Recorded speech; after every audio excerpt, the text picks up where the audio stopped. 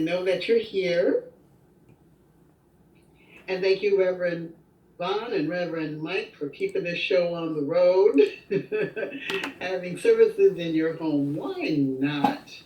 I remember the Home of Truth, which is a old New Thought philosophy that started even before Science of Mind did, had their services in a particular home in Alameda, California. And later I got to speak to their center, which turned from a home into an actual church, and it's still there. So, ain't nothing wrong with having it at home. So, today I get to talk about beautiful boundaries. And you'll see me glancing over here because my notes are over there. This is a topic that came to us from Science of Mind. You may or may not know that every week we get topic content from headquarters and a theme each month. And we choose or don't choose, we can or can not choose to speak to it. I think it came because sometimes ministers after 10, 20, 30 years didn't know what to say, or new ministers didn't know what to say, or they say, well, we'll support our ministers.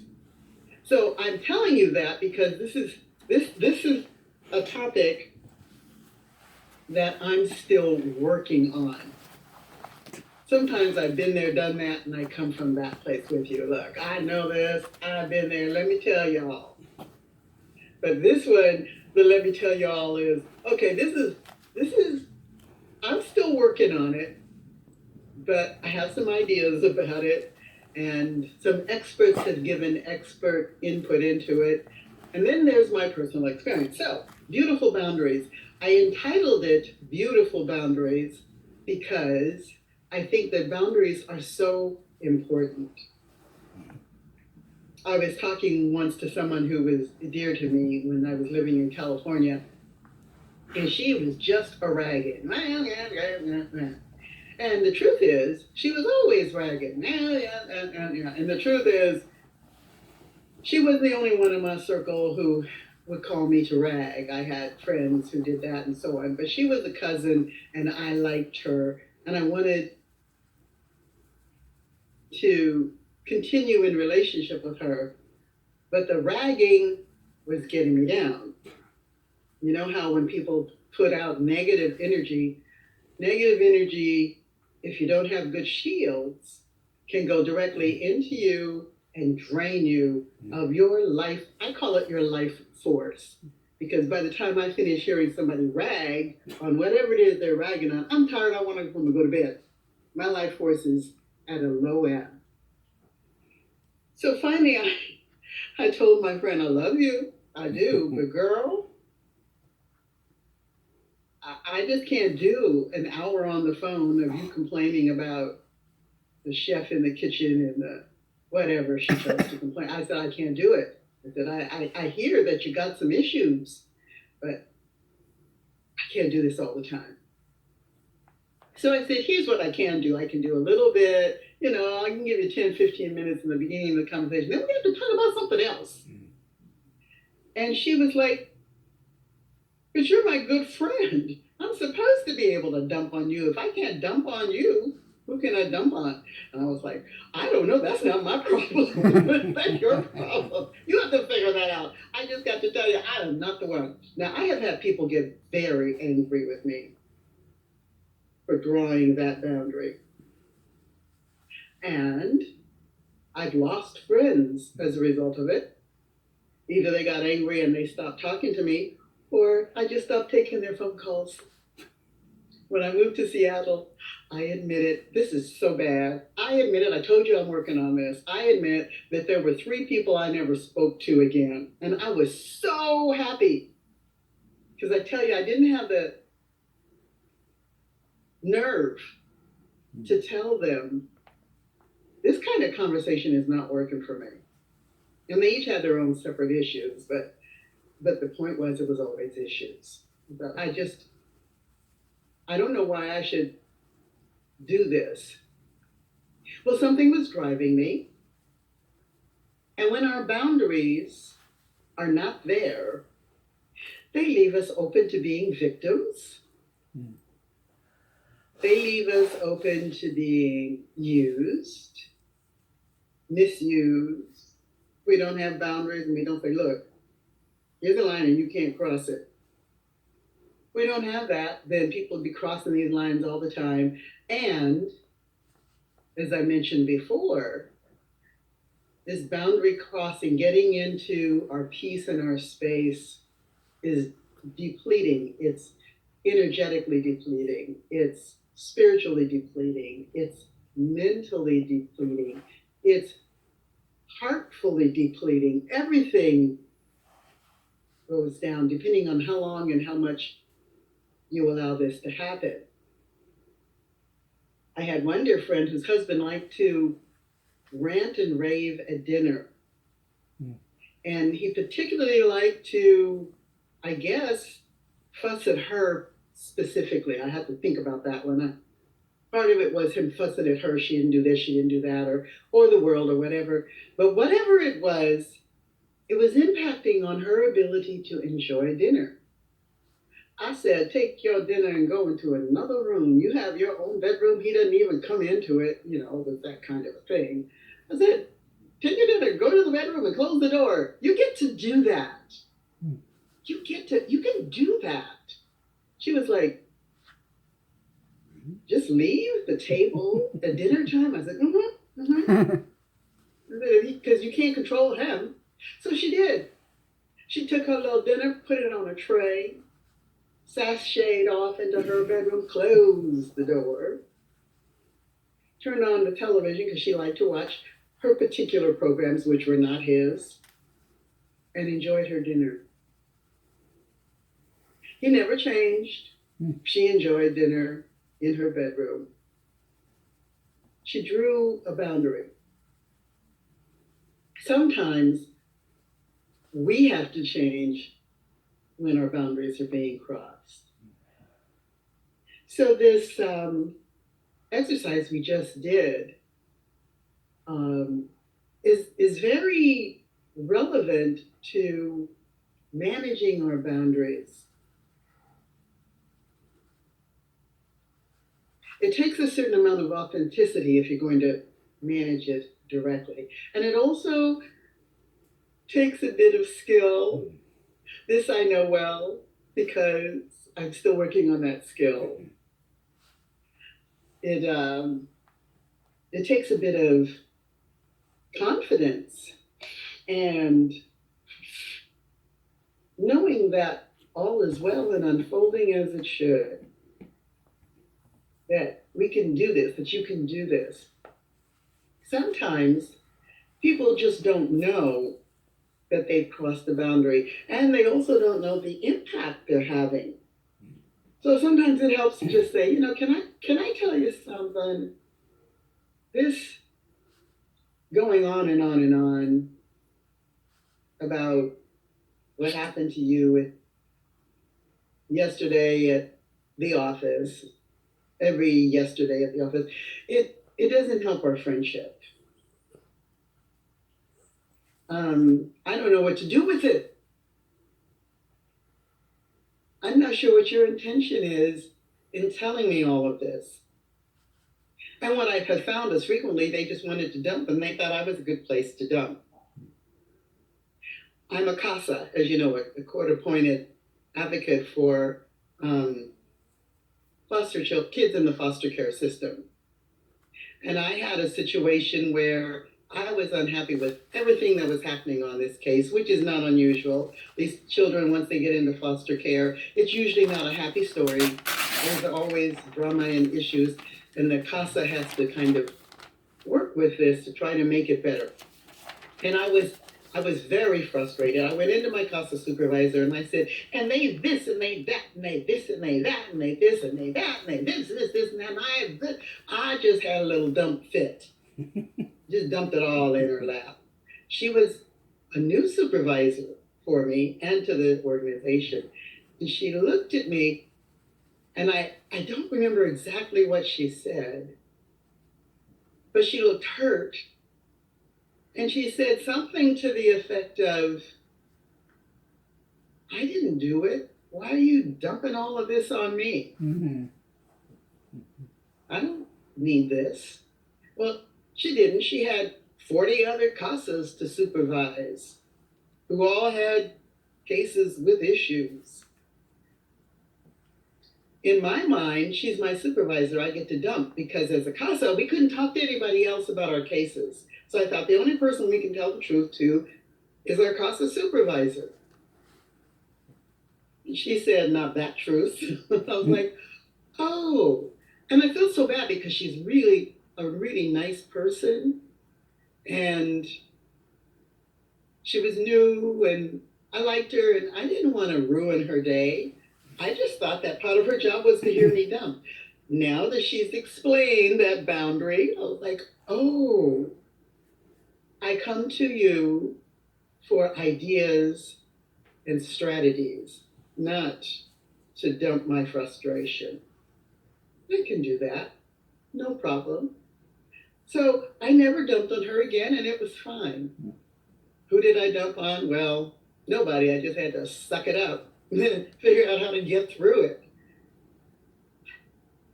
Sometimes people don't know that they've just crossed a boundary. And they also don't know maybe when they cross that boundary, they may know it's an issue you have that you don't like, they don't like for you to do. But they may not know that it may be deeper than they thought. One other simple example, my boyfriend, I stay a lot with him, and he has these sinks that somehow, I don't know how it happens, water just splashes all over the place.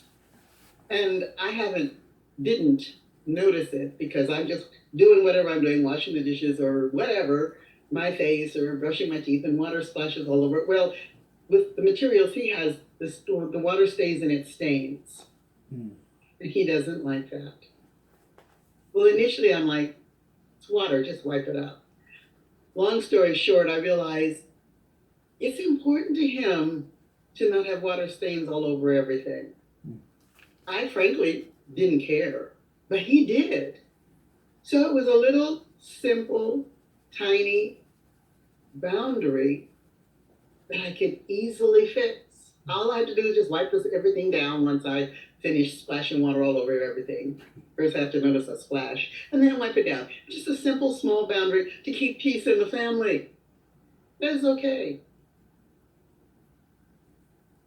So, sometimes people don't know they've crossed your boundary, and telling them about your boundary is a gift. And particularly letting them know how and why it matters to you. Like that water thing, what's a splash? But to him, it's a big deal. And it's not a big deal for me to just wipe everything dry. Just isn't that big a deal. We got paper towels, we got towels, it's cool. But sometimes when the boundary they cross is soul sucking, the question then becomes not the infamous, gee, how did I bring this to me? How am I the cause of this showing up in my life? Okay, I'm so over that. I don't care how I am, just fix it. So the question becomes for me, okay, how do I fix it? What? And that's why the little exercise we did, what am I thinking? What's the belief behind my being victim to this boundary crossing? What am I holding? What am I afraid of? Like my friends who went on and on, I was afraid of losing them as friends. I was afraid of not showing up as the spiritual, strengthful person I'm supposed to be, because I'm not supposed to be subjective to or sensitive to crap coming in. I'm supposed to be able to take my spiritual sword and shield and not be affected by it. Yeah, well, I am. So, looking at those beliefs that are allowing us to be the victim, allowing us to allow folks to cross our boundaries, is one of the ways of beginning to build the confidence to say who I am and what I want in relationship is worthy. And by worthy, I mean I get to be that way. I get to feel that way. Now, here's what I know. At work, it was a lot easier to manage these boundaries because I could always tie it to work. I could say, you can't keep coming into my office, best friend, because last week, twice, management came to my office looking for you. I was like, why are you looking for her in here? And they're like, well, because she's always in here. Well, for those of you who worked for corporate, you know that if they have decided that this is always happening and the two of you are off in the office talking about nothing, you're certainly not talking about work, because you can't be talking about work because you're friends. And oh, in this case, we were the only two Black people on the floor. Mm-hmm. So that's what we were doing. We were in there planning a riot, and we were going to murder everybody in the middle of the night or in the middle of the afternoon, whichever was easier. So it made people nervous to see us talking together. But it also said to them, we couldn't possibly be talking about work. And guess what? Sometimes we were working on something together, but sometimes we weren't. So I told her, you can't just come in here and tell me what Tommy did over the weekend that made you her husband. I said, we have to do it at lunchtime or in the evening or in the weekends, but not during the day, because this is beginning to impact on my professional credibility here. That was a little easier, because if she said, well, fine, I'll never speak to you again, that'd be fine. You know, I would miss her as my friend, but work was more important to me. It's not easier when they're a good friend, or even more difficult when they're an intimate family member, intimate meaning your significant other, or a close relative, or what have you. Further out relatives, it gets a little easier. Closer in relatives, it gets a little harder. But still, it helps to say to yourself, okay, why am I allowing this in my world? And then do something about it. You can have a talk about it. And some key things about having a talk, you probably all know this. One, minimize the use of you, and you this and you that, and you this and you that, and you this and you that. Increase the use of I, and I feel this way, and what I would really like is, and again, coming from your personal perspective, this takes guts. Also, in the speaking of it, get clear about your intention. Again, the worksheet we just covered. What is your intention? What do you want in this relationship? What do you want to come out of this conversation? Think about all of that before you even go in. Like, I think I mentioned, I think I did, that when I left Seattle and moved here, there were 3 people I never wanted to talk to again. I did not want to manage the situation. I did not want to tell them I feel this way. And I was like, I just don't want to hear any of this anymore. I have had it. I'm done. And I knew one of them had a strong support group because he'd mentioned her. So he wasn't being left out there on his own. And he did need the help. And the other 2, I figured they'd find it. So what is your intention when you're going to have this conversation? What do you want to come out of it? What are you trying to fix, control, do, ease?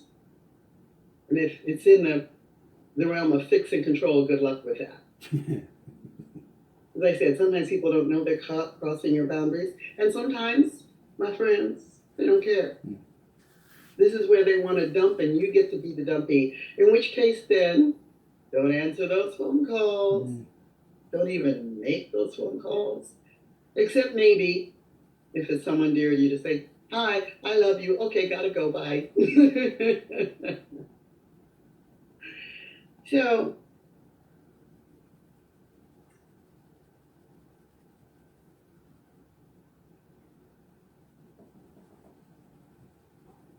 well, that's my thing telling me my time is up. And I can't figure out how to turn it off. Oh. Why can't I turn it off? Ah, there we go. I didn't want to take too long because we have other things to do. So, bottom line, respect your own boundaries. Respect them yourself. Allow yourself to have some.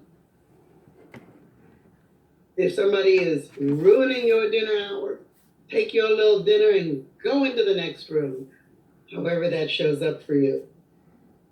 Also, I recommend cultivating relationships where they're not energy depleting, where to be with this person is enlivening. And I'll tell you that everybody has their moments where they're going to want to dump, or they're not having a good day, or they're having issues.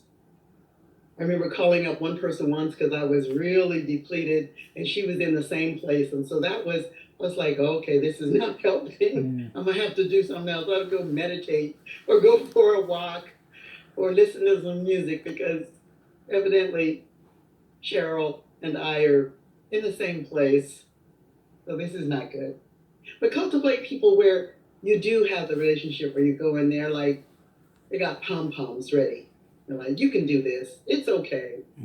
All is well and unfolding as it should.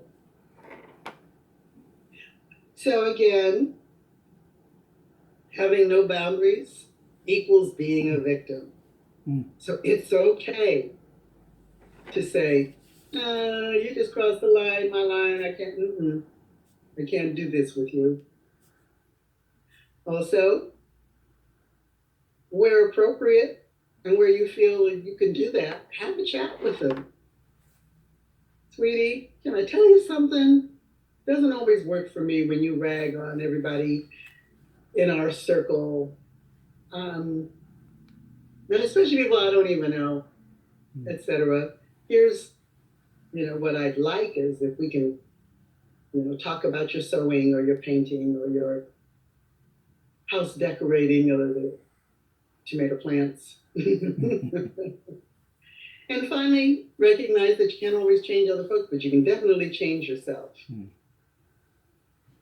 You can even change how you see it. Like, my favorite is Frasier, where Niles tells Frasier that his father has turned into a really decent person to be around. And Frasier saw him as a curmudgeon. And he was like, no, you should see him now. He makes all these jokes. He's a joy to be around. So, but Niles was lying. But it was the thought. I never forgot it. I thought, you could just look at it like, oh, isn't Dad funny? Ha, ha, ha. Or not.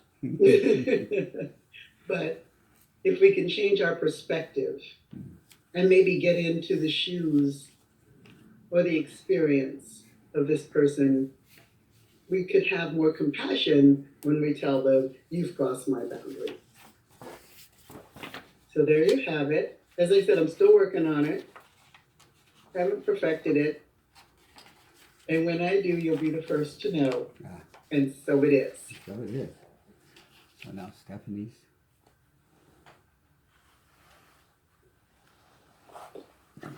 So let's just inhale all the goodness that we just received by taking a nice deep breath in and letting it go. And just know that we are in the right and perfect place and that we are special. For we are God's beloved. And as God's beloved, let us establish wonderful boundaries, beautiful boundaries. Let us step out of victimhood and embrace the allness, the beingness, the godness that we are. And in that same way, let us not cross others' boundaries. Let us honor others' boundaries. For we are all God, and it is all good. It is all divine.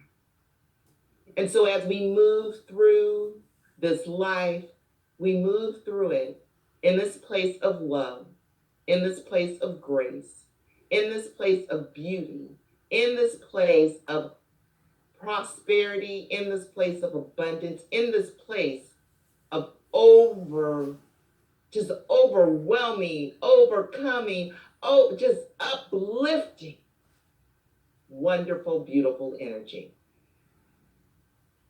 And so for this, I give thanks as I allow it to be. And I seal this by saying Ashe. Ashe. Amen. Amen. And so it is. And so it is.